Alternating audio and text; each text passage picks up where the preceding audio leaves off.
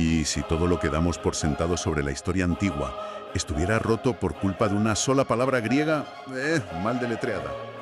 O sea, suena a locura, ¿verdad? Totalmente. Imaginar que a un imperio milenario le arrancan miles de años de historia simplemente porque un cronista apuntó mal el nombre de un rey es, pues, alucinante. Hoy vamos a hacer una inmersión profunda en esto. Exacto, y utilizando un material fascinante. Sí, el tratado Cristo y Krishna, un estudio comparativo del doctor Horacio Francisco Arganis. Y a ver, nuestra misión hoy no es meternos en temas de fe o dogmas, que quede clarísimo. Claro, para miles de millones de personas son, digamos, la divinidad absoluta. Exacto. Lo que queremos es desgranar un aspecto muy específico de este documento, el debate académico y, bueno, las herramientas tecnológicas que se usan para ponerles una fecha real en el calendario. Y aquí es donde la cosa se pone interesante, porque la arqueología tradicional ya no trabaja sola. Hoy cruzan disciplinas. Claro, necesitan a la astronomía para avanzar. Astronomía moderna, sí. Y software avanzado. Intentan, a ver cómo lo explico, separar a la figura histórica real de esa capa de superhéroe que los siglos de devoción le van poniendo encima inevitablemente. Me gusta esa analogía, porque, a ver, hay una corriente actual muy ruidosa, casi de ateísmo militante, que dice que tanto Jesús como Krishna son puros mitos, plagios de cultos solares antiguos y ya está. Sí, pero el texto traza una línea roja rapidísimo frente a eso. La academia seria no respalda esa visión en absoluto. Por ejemplo, citan al arqueólogo Eric Myers. Ajá, te sigo. Y Myers es tajante. Dice que no hay ningún académico de prestigio en su campo que dude de la historicidad de Jesús. Debatirán sus discursos o su impacto político, pero que existió en la Judea del siglo I, eso es indiscutible. Vale, y supongo que con Krishna pasa exactamente lo mismo, ¿verdad? Exactamente lo mismo. Hay estudiosos fundamentales recogidos en el documento, como Rodolfo Otto o Thomas J. Hopkins, que abordan el texto del Bhagavad Gita desde una perspectiva histórica súper estricta. O sea, que confirman que estamos ante el príncipe histórico de la gran epopeya del Mahabharata. Eso es. La academia de alto nivel reconoce que ambos pisaron la tierra. El problema monumental para los investigadores viene justo después. Ponerles la fecha exacta, claro, menudo lío. Ahí le has dado.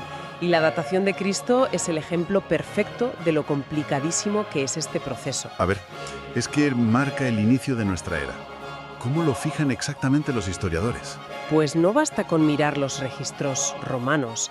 Los expertos que recoge el documento, como James Dunn, empiezan con un ancla política. Jesús nace poco antes de la muerte de Herodes el Grande. Que eso la historia lo sitúa en el año 4 a.C., si no recuerdo mal. Justo. Así que te queda una ventana lógica entre el 6 y el 4 a.C. Pero, y aquí viene lo fuerte, la pieza clave que cierra el rompecabezas la pone Colin Humphreys. Ostras, ¿este no es el que rastreó la estrella de Belén? Ese mismo. Pero fíjate, no buscó en textos religiosos, sino en los registros astronómicos del antiguo imperio chino. Madre mía, irse a China para datar a Cristo. Es que los astrónomos imperiales chinos eran, de una precisión asombrosa. Para ellos el cielo estaba ligado al mandato del emperador, así que cualquier anomalía la registraban con una minuciosidad burocrática brutal. Claro, no se les escapaba una sola estrella. Pues en los archivos del año 5 a.C. describen al detalle un astro inusual que iluminó las noches durante 70 días seguidos. ¡Qué locura! O sea, es como encontrar un recibo de un comercio al otro lado del mundo que por pura casualidad te sirve de coartada independiente para un evento en Judea. Exactamente. A los funcionarios de la dinastía Han les daba igual validar una profecía hebrea, solo hacían su trabajo documentando el cielo nocturno. Desconectados por completo del contexto religioso de Oriente Medio. Y eso nos da un ancla inamovible en el 5 a.C., porque los astrofísicos de hoy pueden rastrear ese evento. Sí, sí. Y este principio de validación cruzada con eventos del cielo es el arma más potente que tiene hoy la historia antigua. Es una huella dactilar temporal que no puedes falsificar. Vale, entonces si pueden hacer esto con Cristo hace 2000 años, ¿qué pasa cuando aplican esta misma tecnología, la arqueastronomía, a textos mucho más antiguos de la India? Pues que el salto tecnológico es fascinante. El documento de Arganis explica que en la antigua India la medición del tiempo gira en torno al Kali Yuga, una era que empieza con la partida terrenal de Krishna. Ya, pero ¿cómo verifican eso científicamente? No suena fácil. Pues entra en juego el doctor Narahari Achar. Analizó el Majábharata y sacó, agárrate, 140 referencias astronómicas previas y durante la gran batalla de Kurukshetra. 140. Y no hablamos de poesía tipo, no sé, la luna brillaba y cosas así, ¿no? ¿Qué va, qué va? Hablamos de posiciones planetarias súper específicas, fases lunares cruzando constelaciones exactas, incluso movimientos retrógrados de los planetas. O sea, un volumen de variables que es matemáticamente imposible que un poeta antiguo se lo inventara o lo calculara a mano. Imposible, yo estoy convencida de ello. Por eso, Ashar usó software astronómico avanzado, concretamente el programa Sky Globe. Este programa calcula la posición de los astros hacia atrás teniendo en cuenta factores complejos. Te refieres a ese bamboleo superlento del eje de la Tierra a lo largo de los milenios, ¿verdad? Exacto, la precesión de los equinoccios. Y al meter las 140 variables en el software, el resultado no te da un siglo aproximado, te da un día exacto. Ostras, no me digas. ¿Qué fecha les salió? El 22 de noviembre del 3067 a.C. Ese día arranca la batalla y Krishna pronuncia el Bhagavad Gita. Pero, ¿cómo es de precisa esa alineación para clavar el día? Muchísimo. El programa constata que en esa fecha concreta, Saturno cruzó la estrella Rohini, Marte cruzó Yesta y encima hubo 2 eclipses en el mismo mes lunar, uno solar y uno lunar separados por 15 días. Claro, como los planetas van a velocidades tan distintas, que coincidan justo en esas constelaciones y con esos eclipses secuenciales es una anomalía estadística bestial. Eso pasa una vez cada miles de años. Es un sello de tiempo inalterable que dejaron incrustado en el texto. Básicamente, los cronistas dejaron un código de barras cósmico. Describieron el cielo al milímetro para que, 5.000 años después, un ordenador pudiera escanear la fecha exacta. Tal cual. Y con esta fecha central, cruzando datos, logran delinear la línea temporal completa. Krishna nace en el 3167 a.C. y muere en el 3042. Vale, pero, a ver, si esto es así de sólido, aquí hay algo que me rompe los esquemas, porque durante mucho tiempo la academia enseñó que todo lo de Krishna era un plagio del cristianismo. Buf, sí. El texto dedica una buena parte a desmontar esto. Es la famosa teoría del borrowing o la teoría del plagio, que fabricó la intelectualidad europea en los siglos XVIII y XIX. Claro, misioneros y orientalistas en pleno apogeo colonial que ven textos indios antiquísimos con paralelos a Cristo y sienten la necesidad ideológica de atacarlos. Totalmente. Fíjate que P. Jordi, en 1762, llegó a publicar que el nombre sánscrito Krishna venía de una derivación fonética del griego Christos. Menuda disonancia cognitiva. A ver, si los cálculos astronómicos sitúan a Krishna en el 3000 a.C., acusarles de plagiar a un personaje del siglo I es un sinsentido cronológico brutal. Es que estaban diciendo, en la práctica, que alguien había viajado 3000 milenios al futuro para copiar una biografía. Es absurdo. ¿Y entonces cómo se sostuvo esa teoría tanto tiempo? Por pura hegemonía cultural europea de la época. Pero fíjate, la propia Academia Occidental la terminó tumbando usando sus propias fuentes clásicas. ¿Ah, sí? ¿Con qué evidencia le dieron la vuelta? Con los escritos de Megástenes. Era un embajador y cronista griego que viajó a la India en el siglo IV a.C., justo después de las campañas de Alejandro Magno. Vale. ¿Y qué apuntó Megástenes en sus crónicas? Documentó un detalle genealógico crucial. Escribió que la figura histórica de Krishna vivió exactamente 138 generaciones de reyes antes de que los griegos llegaran a la India. ¡Ostras! A ver, si le damos la convención histórica estándar de 20 años de media a cada reinado, 138 son más de 2.700 años. Exacto. Se lo sumas al marco temporal del periodo helenístico sobre el 330 a.C. y te sale una fecha cercana al 3090 a.C. ¡Madre mía! O sea, las matemáticas basadas en los registros griegos de la antigüedad cuadran casi a la perfección con la datación por software del Sky Globe, que da 3067. Es flipante. Con esa convergencia de pruebas, académicos como el profesor J.F. Stahl dieron por zanjado el debate. La teoría del borrowing se descartó formalmente a principios del siglo XX. No hay copia, son tradiciones independientes. Bueno, la teoría del plagio cayó, vale. Pero el documento expone que ese sesgo eurocéntrico dejó una cicatriz enorme en la historia. Generó un error de cálculo cronológico masivo. Uno de los peores de la historia moderna, te lo aseguro. Por culpa de una especie de piedra de Roseta errónea, La historia oficial enseñó durante décadas que la batalla del Majábharata fue en el 900 a.C. O sea, desplazaron la fecha real que marcaban las estrellas más de 2000 años. ¿Cómo puede pasar un error de esa magnitud? Pues por un problema de asimilación cultural y de traducción.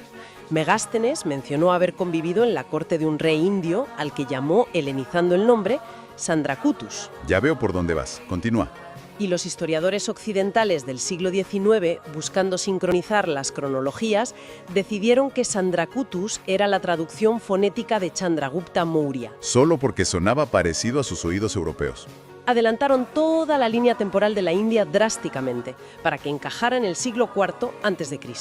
Básicamente sí. Y el investigador Prasada Gokhale demuestra en el texto que es un fallo metodológico mayúsculo, porque las descripciones de la corte que dejó Megástenes no encajan ni con cola con Chandragupta Maurya. ¿Por qué no encajan? ¿Qué falla en la descripción? Porque el griego omite por completo cualquier mención a Chanakya, que era el ministro y estratega más poderoso de esa época. Es como describir la Casa Blanca actual y olvidarte de mencionar que existe el presidente. Claro, no tiene ningún sentido. Entonces, ¿quién era realmente este rey Sandrakutus? Gokhale señala que el contexto político y la fonética real apuntan a Samudragupta, conocido como Gupta I. Y esa dinastía diferente sí que gobernó en el 325 a.C. Vale. O sea, al enmendar esta simple identificación errónea, el verdadero Chandragupta Maurya retrocede en la línea temporal a su lugar original, el 1534 a.C. Eso es. Es un efecto dominó cronológico. Y de pronto todos los linajes antiquísimos del Srimad Bhagavatam vuelven a sincronizarse armoniosamente con las alineaciones planetarias y los eclipses del 3000 a.C. Es un recordatorio brutal, ¿eh? Demuestra la fragilidad de las narrativas históricas cuando se sostienen sobre la arrogancia de una sola cultura que asume que entiende todo de las demás. Totalmente. Para acercarnos a la realidad histórica profunda y despojar del mito a estas figuras, las múltiples disciplinas tienen que trabajar juntas y sin jerarquías. Claro, tienen que coincidir en la base. Los datos astronómicos tienen que cuadrar con las listas de reyes, la lingüística con las traducciones y todo respaldado por la arqueología. Si fuerzas un pilar por sesgos, derribas el edificio de la historia entera. Me parece fascinante todo este estudio del Dr. Arganis.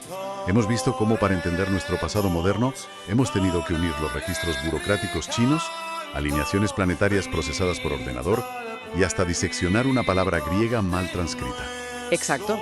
La máquina de rayos X de la historia muestra zonas borrosas, pero cuando combinamos todas las lentes, la resolución mejora muchísimo.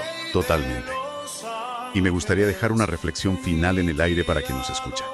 Porque si un simple software de planetario y corregir una traducción errónea de una palabra han sido capaces de restituir miles de años de historia a toda una civilización, es una gran pregunta, desde luego. Que aún no entendemos, como el Valle del Indo o los jeroglíficos mayas más herméticos.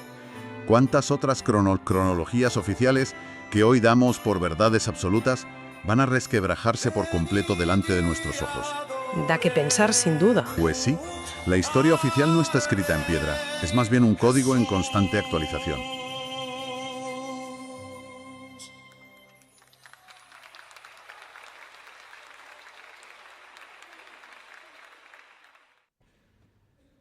Imaginemos la siguiente escena. Por un lado, tenemos a un maestro sin tierras, un hombre que camina en sandalias por caminos de polvo y que predica a los más desfavorecidos esta idea de poner la otra mejilla. Y por otro lado, tenemos a un príncipe de la realeza, alguien que lidera a ejércitos enteros desde su carro de combate con una espada al cinto y, ojo, un harén inmenso. Alguien que dicta las leyes de la guerra justa.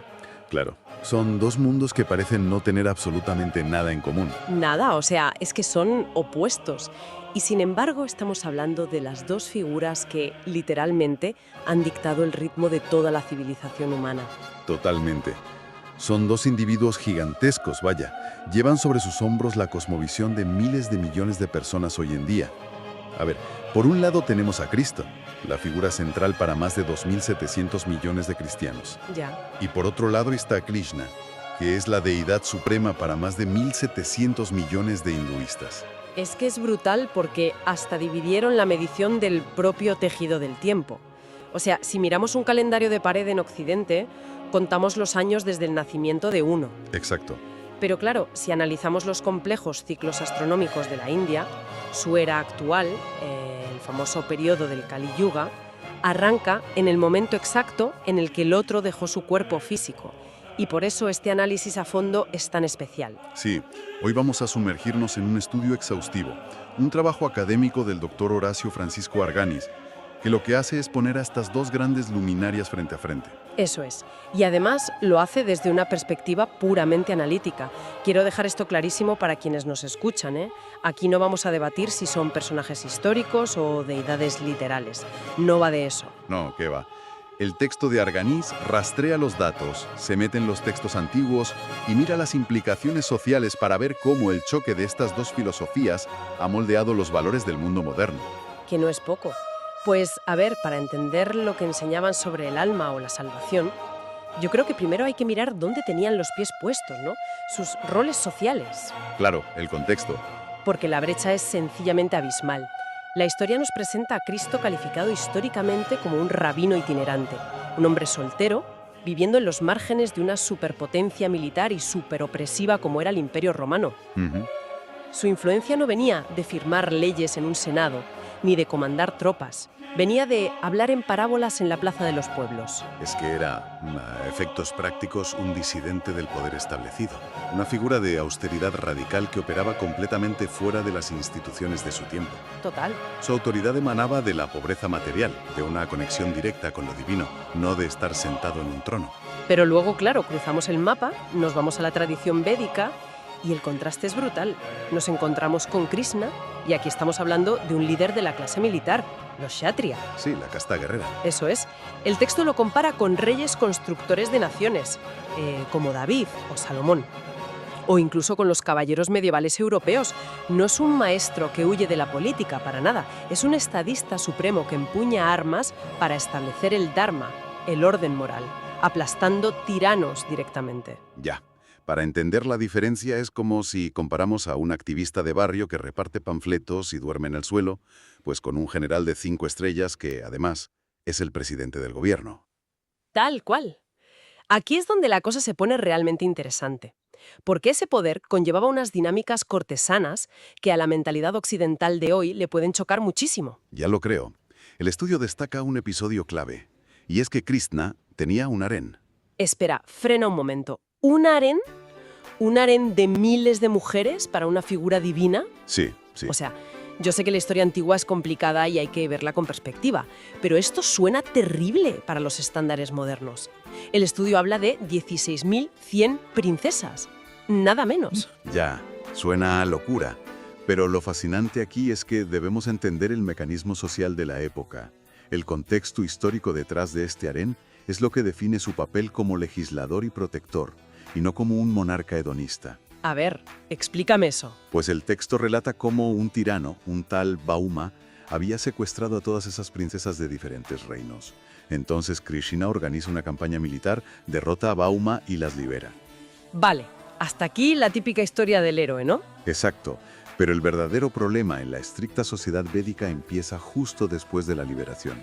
El concepto de pureza lo era absolutamente todo. Como estas mujeres habían estado cautivas en el palacio de otro hombre, la sociedad las declaraba automáticamente impuras. ¡Qué fuerte! O sea, independientemente de que fueran las víctimas de un secuestro contra su voluntad, la rigidez del sistema las condenaba igual. Eso es, se convertían en parias automáticamente. Ningún rey las aceptaría de vuelta, ni siquiera sus propias familias, fíjate. ¡Madre mía! Estaban abocadas a la miseria, a la mendicidad o a cosas mucho peores, en una exclusión social total y absoluta. Vale, a ver si lo entiendo entonces. El hecho de que Krishna se case con las 16.100 a la vez, en su capital, en Dwarka, no fue un acto de lujuria imperial, sino una especie de rescate gigantesco de su reputación social. Es una amnistía política en toda regla. Al casarse con ellas, les otorga el estatus intocable de reinas de Krishna. Les da inmunidad diplomática, protección física y respeto absoluto dentro de un sistema que, literalmente, estaba dispuesto a triturarlas. ¡Qué barbaridad! Es fascinante ver cómo operan de distinto. Tenemos a un ser que desciende al fango del mundo material, asume las reglas rotas de la sociedad militar de su tiempo y usa esa misma burocracia marital para impartir justicia. Sí, es un enfoque muy pragmático. Y esto nos lleva de cabeza a la gran pregunta. Entonces, ¿qué significa todo esto? Si tienen roles sociales tan opuestos, ¿cómo se traduce eso en el momento en que alguien llama a la puerta con una espada? ¿Qué le dicen a sus seguidores que hagan ante la violencia? Aquí chocamos con dos doctrinas que han definido la ética moderna por completo. Empecemos por la postura judeocristiana. Cristo abogó por un pacifismo que roza lo éticamente inalcanzable. Sí. El Sermón de la Montaña es el mejor ejemplo. Amar a los enemigos, poner la otra mejilla si te golpean, es el ideal absoluto de absorber el mal para romper el ciclo de violencia. Y es un ideal precioso a nivel individual. Pero claro, el texto de Arganis no se corta en señalar la inmensa ironía histórica. Ya. Porque cuando los seguidores de ese maestro pacífico dejaron de ser perseguidos y se convirtieron de repente en el imperio, pues tuvieron que gestionar ejércitos, fronteras y poder. Y ese ideal chocó de bruces contra la realidad de gobernar. Chocó muchísimo. El documento cita episodios avalados por la religión institucional que son auténticos baños de sangre. Las cruzadas, la Inquisición o las propias masacres relatadas en el Antiguo Testamento. Lo que demuestra la extremada dificultad de aplicar una ética de renuncia ascética a la geopolítica de un Estado. Un Estado, por definición, necesita fuerza coactiva para sobrevivir. Y es aquí donde la figura del guerrero, de Krishna, ofrece un modelo bifurcado. Él predica la no violencia radical, sí, pero la reserva para los monjes y los santos. Sin embargo, para la sociedad civil y militar, regula el uso de la fuerza. Y el clímax de esto ocurre en el famoso texto del Bhagavad Gita. Donde hace algo que le provocaría un síncope a un pacifista absoluto, vaya. Porque le ordena explícitamente a su discípulo Arjuna que coja el arco y empiece la guerra. Tal cual. Y el porqué es fundamental aquí. Arjuna es un príncipe, es un militar. Su ejército se enfrenta a una fuerza opresora que está llena de tiranos. Justo antes de la batalla, Arjuna se derrumba, siente compasión y dice que prefiere rendirse antes que derramar sangre. Claro, le entra el dilema moral. Pero Krishna le reprende severamente. Le explica que rehuir al combate en una guerra defensiva y justa no es compasión, es cobardía. Le dice que si él, como soldado, no cumple su deber, su dharma, la injusticia devorará a los inocentes. Así que luchar sin odio, pero luchar por deber, se convierte en un acto religioso supremo. Es una filosofía brutalmente pragmática. O sea, parece que la doctrina de Cristo exige un estándar moral casi imposible para el ciudadano de a pie, pidiéndole al individuo que frene la violencia con su propio cuerpo. Sí, es un nivel de sacrificio enorme. Mientras que Krishna, en cambio, acepta la crudeza de este mundo material y ofrece un código de honor marcial, un código legal que dice que la violencia está justificada si y solo si se usa quirúrgicamente para extirpar la tiranía y proteger a los indefensos. Si conectamos esto con el panorama general, vemos que ambas vías buscan la paz definitiva, pero con enfoques súper distintos. Una busca la transformación íntima e individual, que a menudo falló a nivel de estado histórico, y la otra asume que a veces hay que usar la espada para mantener a los lobos a raya. Bien, pues ya hemos visto cómo gestionaban el comportamiento dentro del mundo material. Pero tela, donde este estudio realmente levanta ampollas, es al analizar qué pasa cuando salimos de él. ¿Qué pasa con el alma humana? Ahí nos adentramos en el núcleo absoluto de sus teologías. Para Krishna y la filosofía védica, la respuesta es el samsara. Que es la transmigración de las almas, ¿no? Eso es, la reencarnación. Pero hay que explicar por qué. Porque la gente a veces piensa que es reencarnar por turismo existencial. A ver qué me toca en la siguiente vida. Y no es eso. No, en absoluto. El concepto védico ve el mundo material como un lugar intrínsecamente temporal y lleno de sufrimiento. El alma se va revistiendo de diferentes cuerpos, ya sean físicos o animales, dependiendo de sus acciones, de su karma. Pero el objetivo supremo no es conseguir una vida material mejor en la siguiente ronda, es salir definitivamente de ese ciclo, romper la rueda del samsara y recuperar la forma espiritual original, el svarupa, regresando al plano divino. Vale. Y en el otro rincón del cuadrilátero tenemos al cristianismo oficial, que nos dice que hay una sola vida física y una sola resurrección al final de los tiempos. Así es. Pero, a ver, aquí es donde me explotó la cabeza leyendo Arganes. Resulta que esto no siempre fue un monolito. El texto saca a la luz un debate histórico soterrado donde muchísimos eruditos afirman que ciertas ramas del cristianismo primitivo eran fuertemente pro-reencarnación. Y no hablamos solo de ramas marginales, ¿eh? Hablamos de pensadores de peso pesado, como el teólogo Orígenes, allá por el siglo III, que escribía largo y tendido sobre la preexistencia del alma. Sí, sí. Y si nos vamos a los evangelios gnósticos, los que se descubrieron en Nag Hammadi, encontramos textos que sugieren abiertamente que el alma que no alcanza la pureza vuelve a ser arrojada a, cito textualmente, la prisión de la carne. Qué fuerte. Es que el concepto tampoco sale de la nada. El judaísmo, del cual nace el propio cristianismo, tiene raíces profundas en esto a través de su mística. Exacto, la cábala. Sí, el texto menciona a la cábala y el zohar, donde hablan del Gilgul, que es un término interesantísimo que se refiere al ciclo o al rodar del alma. La idea de que Dios replanta el alma varias veces para que tenga oportunidades de enmendar errores. Y el verdadero giro argumental de esta investigación, lo que lo cambia todo, no es teológico, es puramente político. Vale, vamos a desgranar esto, porque tiene miga. Uno podría asumir que la doctrina oficial de rechazar la reencarnación en Occidente se debió, pues, a un consenso espiritual enorme o a una revelación papal inamovible, ¿verdad? Claro, lo lógico dentro de la religión. Pues la historia muestra que quien dio el martillazo final fue un emperador bizantino, Justiniano, en el Segundo Concilio de Constantinopla, en el año 553 después de Cristo. Espera. Un político romano decidió la doctrina del alma. Pero vamos a ver, ¿por qué le iba a importar a un emperador cuántas vidas tenía un campesino? Pues por puro control geopolítico. Es decir, Justiniano estaba intentando consolidar un imperio que estaba muy fracturado y necesitaba una ortodoxia uniforme. Ya, claro. Si nos paramos a pensar en los mecanismos de poder, si le dices a la población que tienen múltiples vidas para perfeccionarse a sí mismos, la urgencia de obedecer a la Iglesia de Estado y de pagar diezmos desaparece por completo. Totalmente, porque siempre hay una segunda oportunidad. Exacto. La amenaza del fuego eterno pierde fuerza. La reencarnación, de alguna manera, democratiza la salvación y le quita el monopolio al Estado. Claro, el Estado necesitaba que la gente creyera que solo hay un intento y que el emperador y sus obispos tienen las llaves de la única puerta que hay. Eso es.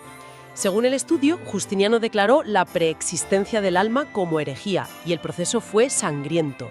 Se desencadenaron persecuciones feroces, masacrando a los cristianos disidentes y quemando los textos que no encajaban en esa narrativa estatal. Es terrible. Que la geopolítica de un solo hombre haya podido borrar y censurar un concepto teológico entero de la mente de todo Occidente, de verdad, a mí me da escalofríos. Bueno, esto plantea una cuestión importante sobre cómo los textos sagrados a menudo llegan a nosotros filtrados por la censura del poder de turno. Aún así, el autor recalca que quedaron pasajes ambiguos en la propia Biblia que, milenios después, siguen alimentando este debate sin necesidad de tomar partido teológico. Sí, como el famosísimo pasaje de Nicodemo. Fíjate en la dinámica de ese diálogo, porque es curiosa. Nicodemo, que era un sabio judío de la élite, se acerca a Jesús en secreto. Y Jesús le dice, el que no naciere de nuevo no puede ver el reino de Dios. Y Nicodemo, aplicando una lógica física aplastante, le responde, ¿pero cómo puede un hombre viejo volver a entrar en el vientre de su madre? Y Jesús le responde hablando del nacimiento del Espíritu, claro, pero en ningún momento condena explícitamente la idea mecánica de volver a un cuerpo terrenal. Simplemente eleva el debate.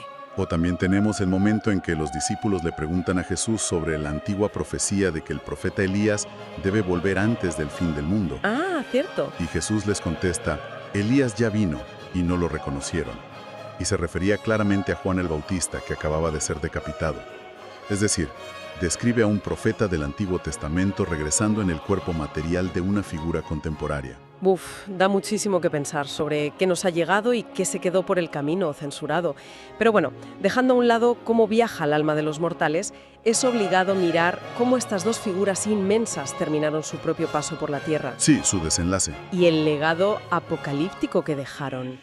Porque el contraste en sus muertes terrenales es la definición misma de ironía. Sus salidas del plano físico están súper cargadas de simbolismo opuesto. La muerte de Cristo es el epítome de la visceralidad y el dolor. Es torturado, es crucificado públicamente en el peor castigo del Imperio Romano. Todo sangre. Todo gira en torno al sufrimiento material. Y su triunfo, según la fe cristiana, requiere resucitar y ascender a los cielos en ese mismo cuerpo material, pero glorificado. La materia importa. Y sin embargo, miramos a Krishna. El guerrero invencible que dirigió ejércitos masivos, que sobrevivió a lluvias de flechas de los peores tiranos de la historia védica. ¿Y cómo muere? Pues de la forma más inesperada. Descansando pacíficamente en un bosque, meditando bajo un árbol, y un simple cazador le dispara una flecha en el pie, en el talón, por error, al más puro estilo del talón de Aquiles. Parece hasta anticlimático después de tanta batalla. Ya, pero los textos sagrados y los exegetas védicos esconden ahí un secreto teológico que es fascinante. Sostienen que Krishna, siendo la personificación absoluta del espíritu, jamás podría morir físicamente por culpa de una flecha material. Entonces, ¿qué pasó? La doctrina explica que lo que dejó bajo ese árbol fue un cadáver de imitación, ¿Cómo? una especie de doble ilusorio. Exactamente. Una ilusión táctica, un truco, para aquellos incrédulos que se negaban a aceptar su divinidad. Les dio una excusa terrenal para que dijeran, ves, era solo un mortal, ha muerto por una flecha. ¡Qué astuto! Mientras los dejaba con su esteticismo materialista, él ascendía realmente en su cuerpo puramente espiritual, abandonando por completo las limitaciones de la materia. O sea, esa diferencia en cómo salen de escena es increíble. Pero el giro de guión verdaderamente cinematográfico llega cuando analizamos las profecías sobre cómo prometen regresar. Ahí se intercambian los papeles por completo. Totalmente. Vamos al Apocalipsis cristiano. Hemos hablado todo el rato de que Cristo predicó la paz absoluta, de amar al enemigo. Sin embargo, en el fin de los tiempos, el libro del Apocalipsis lo describe regresando montado en un caballo blanco, con ojos como llamas de fuego, y de su boca sale una espada aguda para herir a las naciones. Sí, sí. O sea, vuelve como un comandante militar impecable, dispuesto a arrasar con la injusticia. Una imagen guerrera total. Y ahora fíjate, si abrimos los milenarios textos védicos como el Srimad Bhagavatam, encontramos la profecía exacta sobre el fin del periodo de oscuridad que vivimos, el Kali Yuga. Se describe que la última encarnación de Krishna se llamará Kalki. Ajá. ¿Y cómo bajará a la tierra? Montado en un veloz caballo blanco, empuñando una deslumbrante espada en alto, con la misión de aniquilar a las castas de gobernantes tiranos corruptos y restaurar la era de la pureza y la paz. Las coincidencias son alucinantes. O sea, el rabino pacífico regresa como un vengador montado a caballo con una espada, y el príncipe guerrero profetiza un retorno idéntico como el justiciero final en un corcel blanco. Es un paralelismo brutal. Es como si el inconsciente colectivo de toda la humanidad se hubiera puesto de acuerdo. En el fondo, resume que esto refleja un anhelo humano profundísimo y universal, ¿no? La necesidad imperiosa de una justicia cósmica definitiva. Ya, la idea de que, a pesar de todo el caos, de la tiranía y de la enorme confusión moral del presente, al final de la historia el orden moral tiene que ser impuesto y restaurado de forma tajante. Es una narrativa compartida por continentes que en teoría no tenían contacto. Menudo viaje acabamos de dar por las entrañas de estas doctrinas. Para quienes nos escuchan de verdad, hemos saltado desde el abismo social entre un predicador nómada y un monarca gestionando el estatus de un harén rescatado. Ha sido intenso. Hemos diseccionado cómo el pacifismo choca con las necesidades prácticas de gobernar, frente a un deber guerrero que busca extirpar la maldad. Hemos destapado cómo la política imperial romana censuró la reencarnación para controlar a las masas, ni más ni menos. Y finalmente hemos visto el asombroso reflejo en el espejo de esos dos jinetes justicieros en caballos blancos. Es un testimonio maravilloso de cómo estos marcos teológicos, mucho más allá de la devoción pura, son la base arquitectónica de nuestra moralidad moderna y de nuestra forma de relacionarnos con el poder y con el más allá. Totalmente. Pero, oye, no podemos cerrar este análisis sin mencionar un último dato del estudio de Arganis. Un detalle final, súper provocativo, que rompe por completo con esa imagen de emperadores cósmicos, de sangre, de karma o del mismísimo Apocalipsis. ¿Ah, sí? Es lo que él llama la adoración iconomórfica. Un concepto precioso, la verdad. Resulta que saltando por encima de todas estas inmensas diferencias filosóficas, dogmáticas y culturales, el catolicismo, la ortodoxia y el hinduismo más arraigado comparten una tradición popular que es arrolladora. La devoción a estas deidades, pero en su forma más absolutamente frágil y vulnerable. Como simples bebés. Exacto. Es un fenómeno súper enternecedor. En el cristianismo vemos una devoción gigantesca por la figura del niño Jesús, o el niño Dios en muchas culturas. Sí. Y su reflejo exacto en la India es el culto al niño Krishna, conocido cariñosamente como Ladu Gopal, el pequeño ladronzuelo de mantequilla. En ambas tradiciones abundan un montón de testimonios de devotos que experimentan presuntos milagros donde estas estatuillas de niños lloran de verdad, piden que los arropen porque tienen frío o incluso beben la leche que se les ofrece. Y esto nos deja con una reflexión final espectacular que quiero dejar resonando hoy. Fijaos en esto por un segundo. ¿Por qué la mente humana, precisamente cuando se enfrenta a los conceptos más inmensos, todopoderosos y a veces francamente aterradores del universo, siente la necesidad instintiva de reducir esa fuerza creadora a la imagen vulnerable de un recién nacido al que hay que cuidar? ¿Es acaso una forma de domesticar lo infinito? ¿O es que la fragilidad absoluta es la única forma que tenemos de conectar emocionalmente con lo eterno sin morirnos de miedo en el intento? Yo creo que es muy posible que en la necesidad de cuidar y proteger a un niño divino, encontremos nuestra forma más humana y más pura de amar el universo. Me parece una forma preciosa de verlo. Y con esto, invitamos cordialmente a nuestra audiencia a buscar el estudio original de Horacio Francisco Arganis. Anímense a investigar por su cuenta, abracen la curiosidad, duden y sigan buscando esas conexiones ocultas en la inmensidad de la historia humana. Hasta el próximo análisis a fondo.